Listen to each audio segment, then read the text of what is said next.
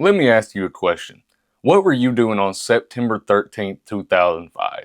See, me personally, I was a 6-month-old baby and definitely not watching primetime TV. However, for anybody who was of viewing age, this fateful night marked the premiere of Supernatural.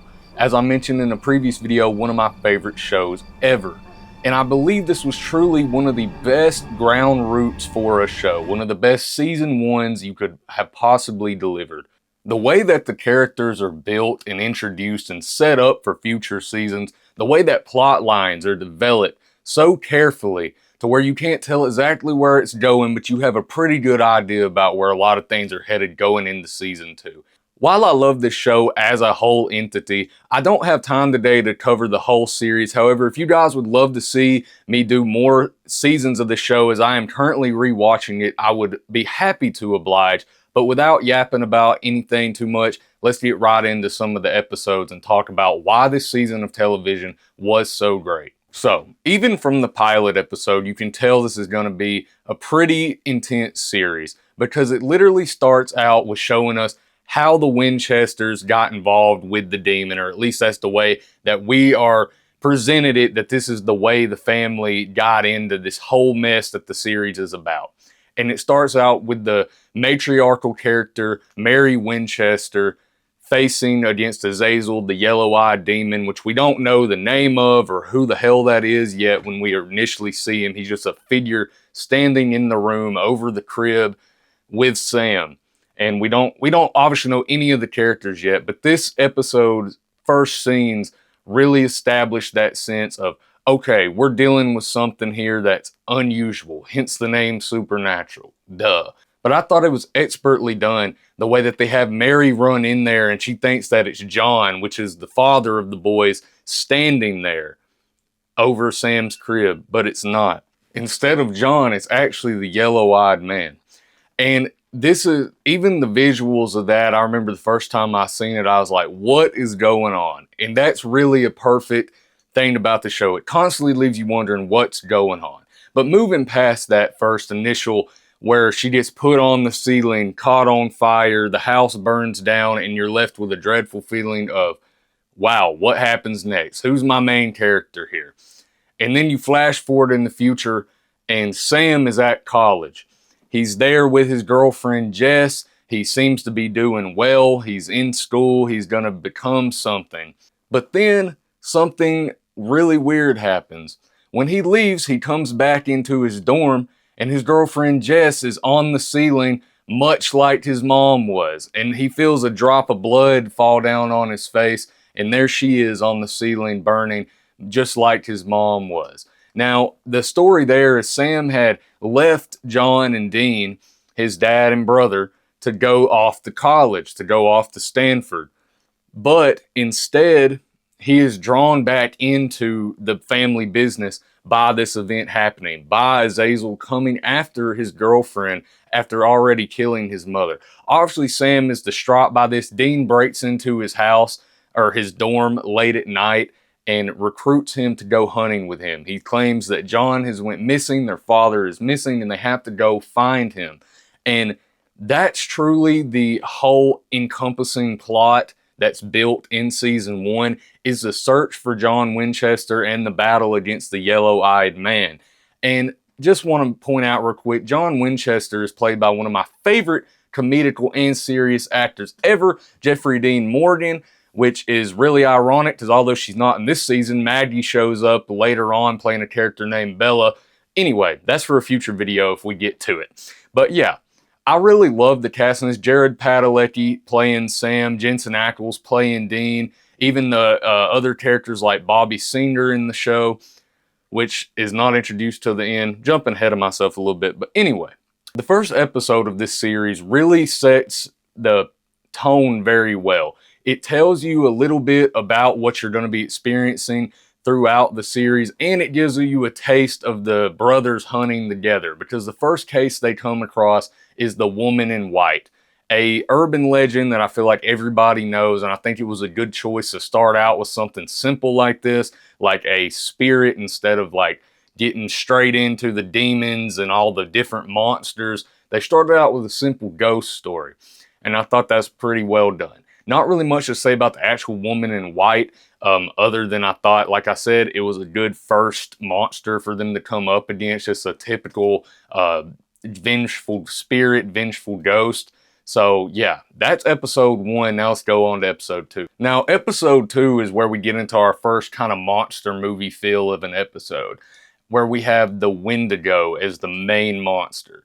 And as most of the episodes, it opens up by showing us the monster or the entity, whatever it is, killing somebody or at least coming after somebody, and then the boys are notified of it. Now, the thing about this season is nearly every case they're on, they are led to believe that their father is currently there hunting the monster.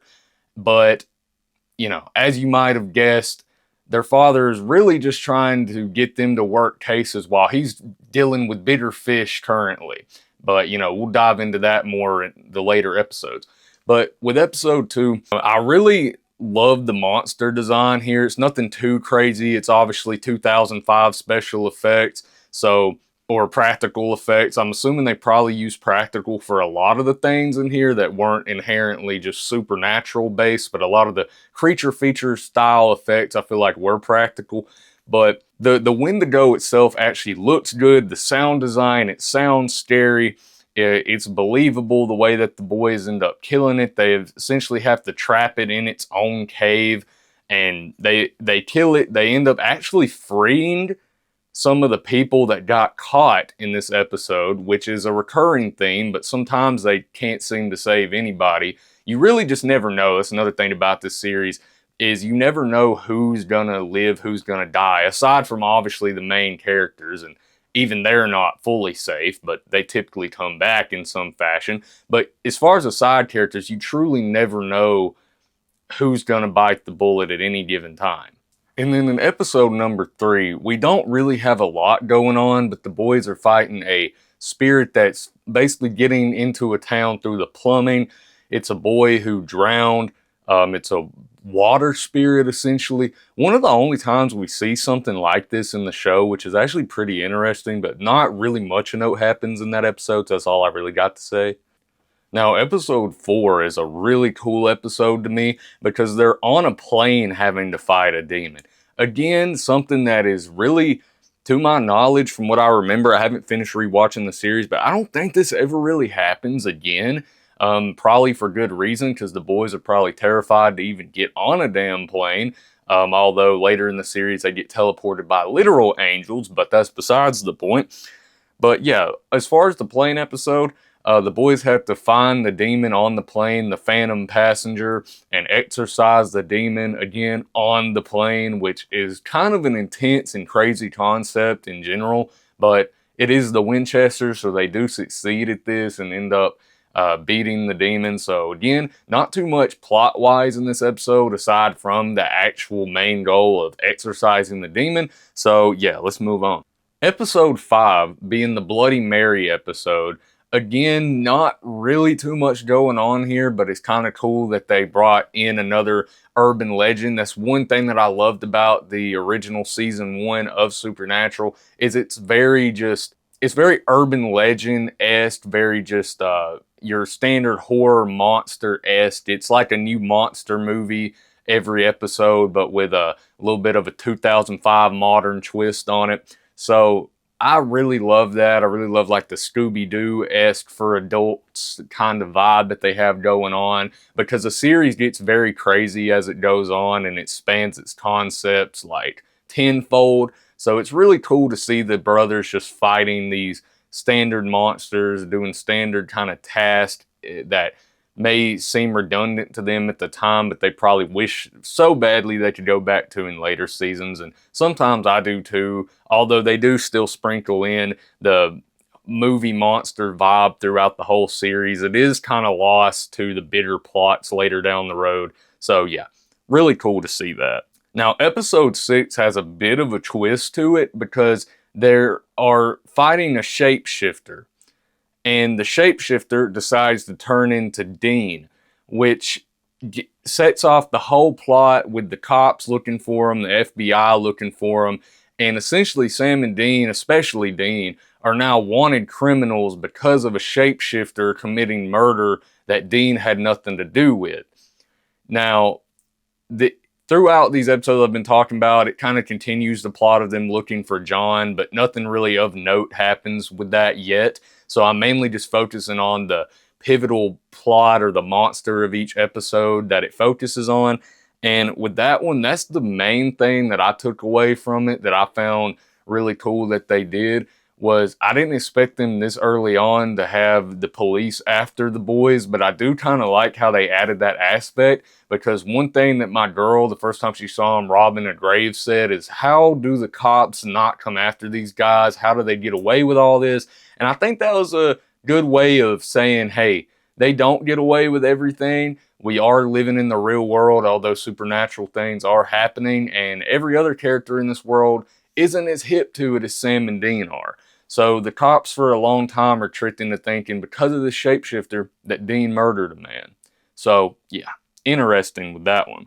Episode number 7, you have the Hook Man, which essentially the boys just kill it by burning his hook, and they save a preacher's daughter in the process of doing so.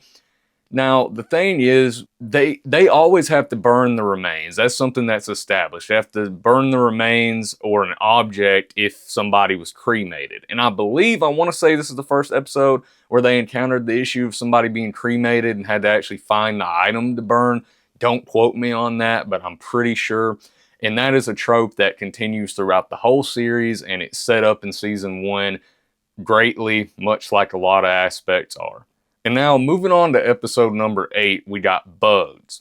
Now I'm moving quickly through these because there's not really a whole lot going on plot-wise, although they're still great episodes. Essentially, a housing development has been built on Native American grounds, and the boys have to find a way to stop it. Bugs are the villain of this one, which if there's any monster that I wouldn't want to go up against, it would be these. And as stupid as that sounds, I freaking hate insects, can't stand them. They're the scum of the earth, don't know why they're here. And yeah, that's what I got to say about that episode. This one would give me the heebie-jeebies from hell and back. Again, shout out Dean. But hey, there we go. And now we got episode number 9, which is a very interesting watch because this is actually the episode where we find out that Sam has psychic visions, which is something that is a really, really big plot point, and we don't really know how big it will become at this time. But I love the way they set that up and kind of planted the seed for Sam having something going on and being not quite human, having some type of link to something. We don't know what yet, but building that intrigue early on is one of the things that got me hooked, because Sam's psychic powers is one of my favorite plots, and the way they introduced it here with him starting to get the visions. He has a vision of his childhood home and believes that the demon who killed his mother is back inhabiting the house. They essentially pull up there, and the most unexpected shit happens because their mom, Mary's spirit, actually comes and beats out the poltergeist that's haunting the house. And I'll tell you, when Mary popped up and started fighting that demon when it was after Sam, oh, peak. I was like, the first time I seen that and even watching it back, I was just hyped because I'm like, hell yeah, man, hell yeah. Like, she came back from the dead. It was her house. She was protecting it. And yeah, essentially, she's gone after that. She disappears. Sam and Dean are good to go. Yeah, it was pretty cool to see them bring their childhood home, kind of loop it back into an episode. I really like that concept, and again, them introducing Sam's psychic powers here I think was a really nice touch, and linking it back to the place where it all started was also a really nice touch. And now we've gotten all the way to episode 10, and again, there's not really too much going on here. It's essentially an abandoned asylum where they have to fight this doctor that's got electrocution powers, and yeah, really all there is to that one. Still good episodes. Some of these I can't really do justice because there's just not as much to say about them, and I don't want this video to be an hour long. So there you go. That's episode 10. Now episode 11 has some more like big plot points to it, or at least things that set up for future episodes. And in this episode, Sam and Dean actually get into a fight and split up, and that's the first time we see that happen. Again, kind of a reoccurring trope, but in this instance, it leaves Dean to fight off a scarecrow, or at least what he originally believes to be a scarecrow, maybe inhabited by a vengeful spirit, but no, it's actually a pagan god. And this was the first time when I was originally watching the show that I said, how is he going to beat this? Like a actual pagan god. But essentially the way that they beat it is keeping it from feeding. Like they keep the sacrifice from happening because Sam eventually links back up with Dean at the end of this episode. But the thing that I want to point out that happened in this episode, to Sam's side plot, he's actually trying to travel. Okay, he's trying to, I believe, get to California. And he meets a girl named Meg. And Meg seems like a friend at first. Meg seems like a chill girl that you would just meet somewhere. And they're having good conversation and telling each other a little bit about themselves. She introduces herself as Meg Masters. And then, yeah, you find out in the same episode that she's a demon because we see her hitch a ride with a trucker. Sam's like, oh, are you sure you want to go with him? No. She's sure, because she ends up slitting his throat and speaking to somebody. We don't know who at the time, but we can kind of infer it might be Azazel. But she speaks to somebody through a bowl with blood in it, which we are kind of introduced to as the way that demons talk to other demons, or I guess higher ranking demons. So, yeah, pretty cool episode here. You have two different plots going on, two very different but two very interesting plots, with Sam trying to go out on his own and encountering evil that he doesn't realize is evil, and then Dean fighting something that he knows is evil but is way more powerful than he could have imagined. But in the end of the day, as the Winchesters always do, they still prevailed. Episode 12 is one that I really enjoy because it's to deal with a faith healer. Now, faith healers are something I've always been pretty skeptical of because, you know, I'm a Christian, I believe in God. I don't want to get too deep into that in this video, but the way that they handled it in this episode as far as the whole faith healer idea, you're kind of led to believe the whole time that the guy doing the healing is evil and pulling some type of hat trick, because essentially every time he heals somebody, somebody else is stricken with the same ailment and dies, typically a younger, healthier person. And the cool thing about this is we find out that a Reaper is actually being tied to this somehow through a spell, but it's not the preacher or the faith healer that's tying the Reaper to him. It's actually another woman that is making all of this happen unbeknownst to the guy doing all of this. So I found that a pretty cool concept because it definitely tricked me for a while into believing that this old man was just evil and knew what he was doing. But no, this is one of the instances in the show where the true villain is actually hidden, and you kind of have to do a little bit of digging or just simply watch the episode to find out what's truly going on. So again, love this show, love this episode. Essentially they end up finding a way to break the Reaper from the spell, and he ends up going to kill the woman that trapped him in it. So yeah, W on that. But this is the first time we see a Reaper, which is also pretty cool. But yeah, let's move on.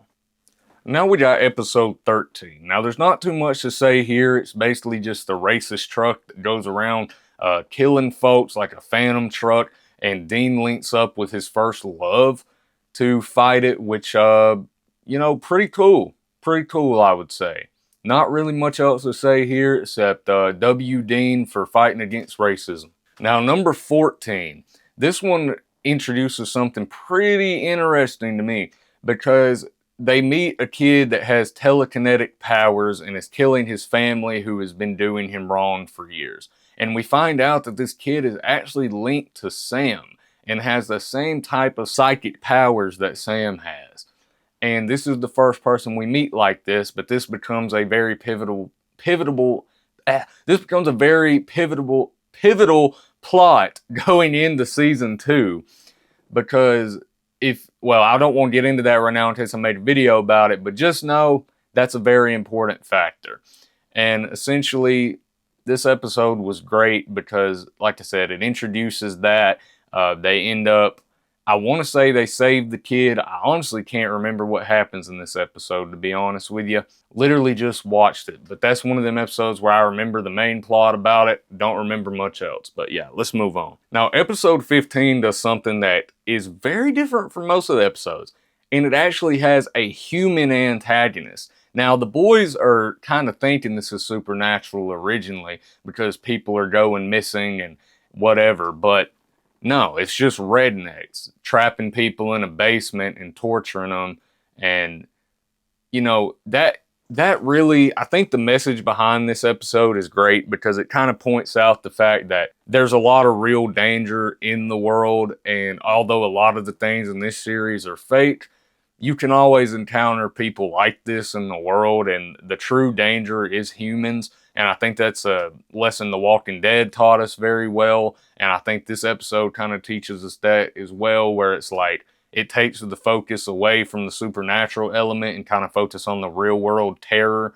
And it's almost even more terrifying than what they've came up against before, because these people aren't possessed. They aren't, you know, a creature that was turned into something evil that used to be human. They're just evil humans, which is terrible, but real. Now, episode 16 is where the mask on Med truly drops, because we find out that she is controlling shadow demons and has actually set a trap for John Winchester, who to this point has not been seen yet. Although in the Scarecrow episode, he did call Dean and tell him to stop searching for him. And we don't know exactly why, but again, you can kind of infer. Probably has something to do with Yellow Eyes over there. But essentially, Sam and Dean think the trap's for them, or they don't think that John will pull up. They think there's no chance of him showing up, even if the trap is set for him. So they go anyway, but to their surprise, John does show up and fights the shadow monsters and actually saves Sam and Dean. So in this episode, we truly find out that Meg is evil, or at least Sam and Dean do. We kind of already knew her true motives, but we find out that she's working alongside Azazel. She is one of the bad guys, obviously. So yeah, thought this was a pretty cool episode. The visual of them fighting the shadow monsters was dope. I thought they were a really cool creature design. So yeah, that's what I got to say about Shadow. Now, episode 17 is one of the funniest episodes of the series in general. Like, I absolutely love this because there's two idiots, the Ghost Facers, who essentially are like a parody of Ghost Adventures or somebody of that sort, who think that they're paranormal experts, but they end up almost getting themselves killed many, many times, and the Winchester boys have to save them. And it just sets up them as reoccurring characters because they do survive this episode somehow, because they really are just true ignorant dumbasses compared to the Winchesters. They really don't know anything that they're getting themselves into, but they got a video to make. They got a series to make, which I can respect. But for real, I thought these guys were pretty cool. I thought the actual concept of the episode of there being a hell house, like a haunted house, that essentially there wasn't a monster in before, but people have created a monster in this house through manifestation, which again is something that it happens again, I believe, in the series, but this was the first time and one of the only times we would see something like this happen, where people actually wrote about and thought about a creature so much that it made it real. They made a legend up about people getting hung in the house, and then people actually start getting hung in the house. And essentially at the end, the house gets burned down and, you know, everything's well in the end. But the main takeaway from this episode is the introduction of the Ghost Facers, which, geez, man, every time they pop on screen, I know it's going to be hilarious, but at the same time, they knew what they were doing with those characters. And episode 18 introduces witches, and it's essentially a witch that comes through windows and steals children. And it's interesting because Dean actually encountered this entity earlier in his life. It was coming after Sam, and he had went out outside their motel to grab a snack. He comes back inside, sees the witch standing there over Sam, and isn't able to kill it. It doesn't get Sam because John burst in the door and runs it off, but Dean had the chance to kill it and he didn't, which is understandable because he was a child. But this case really hits him hard because he does have the memories of that and knows what happened previously. So when he finds out what they're after, it really starts to mess with him. And obviously they do end up defeating it. But yeah, pretty cool episode as far as into the psychology of Dean. This is kind of where you start to get into their childhood traumas, as we've more focused on Sam's versus Dean's thus far. So yeah, I thought that was a pretty cool episode. Now, episode number 19 being the curse painting, the trope of a family buys a curse painting and anybody that buys it dies. And that's really all this episode is. Pretty cool. Great watch, not really much entertaining I can say as far as words go, but yeah, they stop it as they do with most everything else, and yeah, another monster down. And now we're down to the last 3 episodes of this season, with episode 20 being the episode where vampires have the cult. John finds out the vampires have the Winchester cult, which is a huge part of the series. Huge. I remember I told my girl when they first started talking about the Winchester gun, I said, pay attention to this. If nothing else, pay attention to this part, because that comes up and is a weapon that is used so many times for so many different battles, so many reasons. So really like the introduction to that here with them finding the cult and getting it back from the vampires. Very dope, very cool. And now the second to last episode, where John goes to meet up with Meg to give her the fake gun, because essentially she's wanting the gun. She finds out that the boys got it, and she knows that's the only thing that can truly kill Azazel, or really any demons for that matter, up until we find the demon blade, of course. But at this point, the only thing we know of that can kill demons is the Winchester rifle. So, or the only thing for sure that can kill Yellow Eyes. So Meg wants that bad. And John tries to conjure up a plan to give her a fake one. And while he's doing that, Sam and Dean have to fight off a demon on their own and save a family, which, as we know by now, them boys are good at holding that shit down and they get the job done, so no worries there. But this does set up for the finale, which is one of the craziest episodes, and I definitely got more to say about it than most of them. So, with all I've said about this season and all the many monsters, the many plot lines that have been set up for the future seasons, we finally reach the finale. And now in this finale, we're introduced to one of my favorite characters, Bobby Singer. And Bobby, oh man, what a treasure. He's basically the surrogate father to Sam and Dean, especially once John is, but he's always been like a second father figure to the boys. He's another hunter around the same age as John. He's been a hunting buddy of John's for years, and essentially was around Sam and Dean growing up. He is a very pivotal character, plays a very big role in the story going forward, and in what he does right here, because he's actually the one that helps Sam and Dean capture Meg and get the demon out of her body. And now, Meg is a character that, while they expelled the demon, she does come back many times as well, and she always seems to want revenge. I'm currently watching season 5 right now and just watched her come back again. So if we get into the future seasons, we'll be talking a lot more about Meg. But as of right now, that's kind of where her story ends for season 1. She gets exorcised. The boys save John because essentially Meg had kidnapped John when he went to go offer her the gun, and Sam and Dean have to go rescue him, and in the process exorcise Meg, and we're introduced to Bobby, and things kind of end off on a good note until some of the final scenes of the episode, because we see the boys riding in a car, John, Sam, Dean, all together, reunited. They're figuring out a game plan to go after Yellow Eyes. And then, boom, they are hit by a semi-truck and thrown off the road, leading to one of the biggest cliffhangers in TV at the time. I'm sure I wasn't alive to actually watch it when it happened, but I know when I was watching it on streaming, I've never clicked the next episode button so fast in my life.